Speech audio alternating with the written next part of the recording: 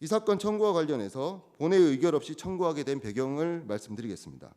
첫째, 권한쟁의 심판 청구 여부, 청구 시점, 청구 내용을 의사로 처리할 헌법이나 법률상 근거가 없기 때문에 의안이 성립할 수 없습니다. 작년 10월 권한쟁의 심판 청구안이 제출된 일이 있었습니다. 그때도 같은 이유로 국회 의사과에서 반려했었습니다. 그리고 명확한 근거가 없다 보니까 의사로 처리한다고 하더라도 어떤 절차를 거쳐야 하는지 혼선이 있을 수밖에 없고, 이로 인한 논란이나 지연은 피하기 어려웠습니다. 결국 이 부분은 규정이 신설되거나 헌법재판소가 명확한 기준을 제시해 주시기 전까지는 의사로 처리하기 어렵다라고 판단했습니다.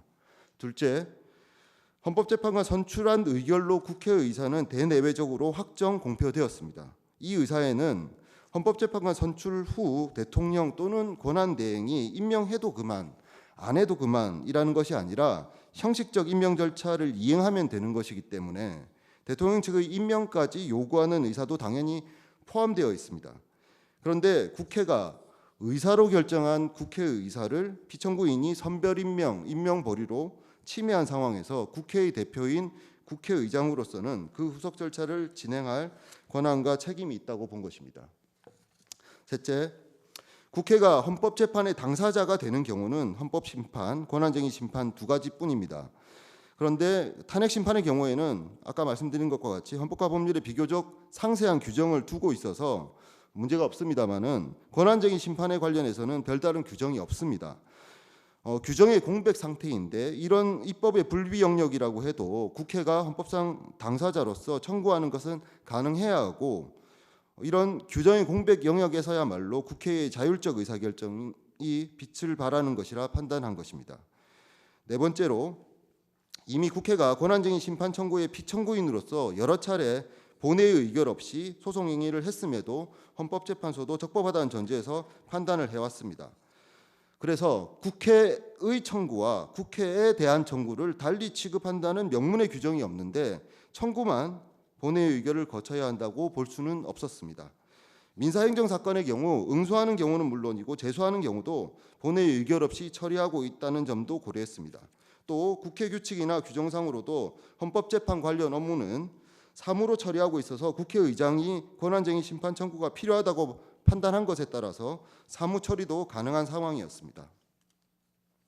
마지막으로 이 사건 청구는 단순히 국회가 권한 침해를 확인받고자 하는 것이 아니라 헌정질서 회복을 위해 기묘한 헌법재판소의 안정성을 확보하기 위해 반드시 해야 하는 것이라고 판단했습니다.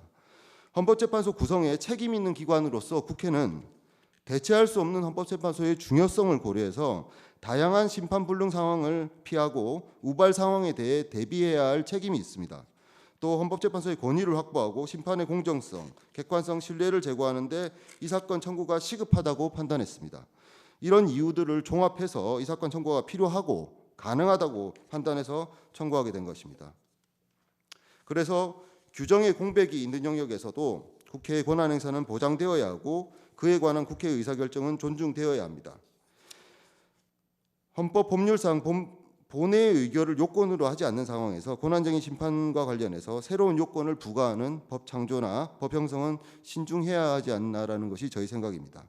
더구나 헌법재판소의 전례까지 고려하면 명백한 규정 위반이 없는 이 사건 청구가 부적법하다고 볼 상황은 아니라고 생각합니다. 정구인의 헌법재판소 구성권이 침해되었는지 살펴보겠습니다. 헌법 111조 2항은 대통령에게 재판관 전원의 임명권을 부여하고 있고 제3항에서 국회는 3인의 선출권을 선출할 권한만 보유한다는 것을 명백하게 규정하고 있습니다. 정구인이 주장하는 국회의 헌법재판소 구성권은 어디까지나 헌법재판소장 임명에 관한 동의권 및 헌법재판소 재판관 3인에 대한 선출권만을 의미하며 국회 목 재판관 3인의 최종적인 임명권까지 포함한다고 볼 수는 없습니다. 이와 관련하여 국내 유수의 헌법학 교과서에도 국회의 헌법재판소 구성권에 관하여 헌재 소장 임명에 대한 동의권 및 재판관 3인에 대한 선출권만을 언급하고 있으며 3인의 최종적인 임명권에 대해서는 어떠한 설명도 하지 않고 있습니다. 정구인이 침해당했다고 주장하는 권리는 정구인인 국회의 권리이므로 침해된 권리의 회복을 위한 권한쟁의 심판은 국회의 의결을 거쳐야 청구할 수 있습니다. 그럼에도 불구하고 청구인의 대표자인 국회의장이 국회의 의결 없이 직권으로 국회 이름으로 이 사건 심판 청구를 하였음이 명백하므로 부적법하여 각하되어야 할 것입니다.